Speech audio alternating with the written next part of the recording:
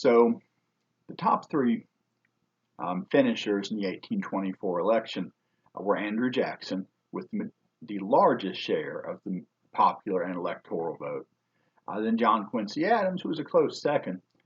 Third was William Crawford, but his health was poor. In fact, he had a stroke around the time of the election. So while he was technically one of the choices for the House of Representatives, he wasn't really an option. The fourth place finisher, Henry Clay, was not an option for the House of Representatives to pick as president, but he was still very influential as he was Speaker of the House of Representatives and had a big say in how the other representatives cast their votes. And in the end, he encouraged them to vote for John Quincy Adams, and he became the sixth president of the United States.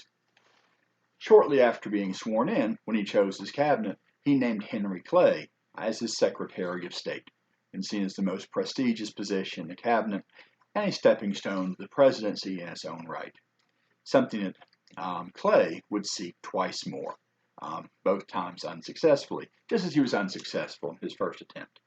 But you can't blame a man for trying, and you could admire someone who's no quitter. But him becoming Secretary of State was seen by many people as evidence of a corrupt bargain. And accusations of corruption, at least in this case, would follow him and Adams throughout Adams' presidency.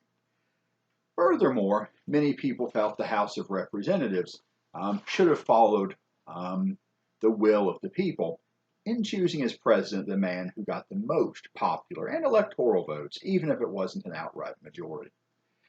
And so really, the campaign for the 1828 presidential election began almost immediately after the end of the 1824 presidential election, with Jackson's supporters essentially forming a party of their own, whom they came to call the Democratic Republicans, and organized by those people who supported Andrew Jackson, seen as a hero of the common man, as he had risen from very humble beginnings, from a poor background, South Carolina, fighting in the American Revolution, serving as a lawyer, an attorney general, a superior court judge, a general of the militia, a congressman and senator from Tennessee, eventually becoming a wealthy plantation owner.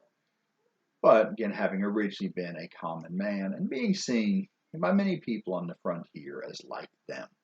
As I mentioned before, more and more of the common men were able to vote, as property qualifications for voting were increasingly eliminated throughout the country. Adams' supporters and Clay's supporters came to call themselves National Republicans, although both factions still maintaining sort of the notion that they were all Republicans, all a single political party, or that there were no political parties. Again, they were really beginning to organize as parties. The Democratic Republicans behind Jackson, in many ways being organized behind the scenes by Martin Van Buren, a politician from New York State. Although not New York City, him representing kind of the upstate of New York, based around Albany. Now, Clay and Adams, as President and Secretary of State, supported what would be known as eventually as the American system,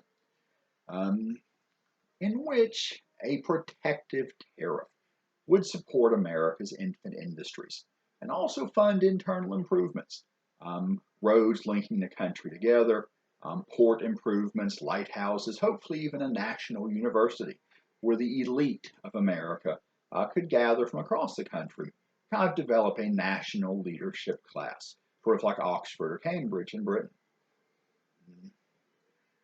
But there were many people who opposed this, as well as their support for a national bank, as the Bank of the United States had proven not to stabilize the economy during the Panic of 1819, and indeed may well have made it worse.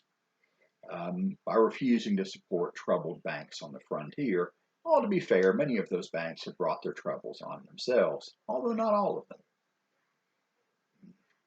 So, Jackson campaigned against Adams. The election of 1828, when it finally came, would be one of the dirtiest in American history. Jackson being accused of bigamy. And it's true, he and his wife had married before her first divorce had gone through, although she was unaware of that. But the accusations broke her heart, and she died not long after Jackson's eventual election. And he never forgave his political enemies for that. Adams was accused of having been a pimp for the Tsar of Russia when he served as a diplomat for the United States in Russia. Indeed, Adams had served as a diplomat since he was about 13, having gone to Europe with his father during the American Revolution. So the Jacksonians said that he was raised at the government's expense. Again, Jackson was elected and ultimately supported a lower tariff, although it took some time to work that out. He was opposed to internal improvements, which he saw as being too expensive, and as favoring some parts of the country at the expense of others.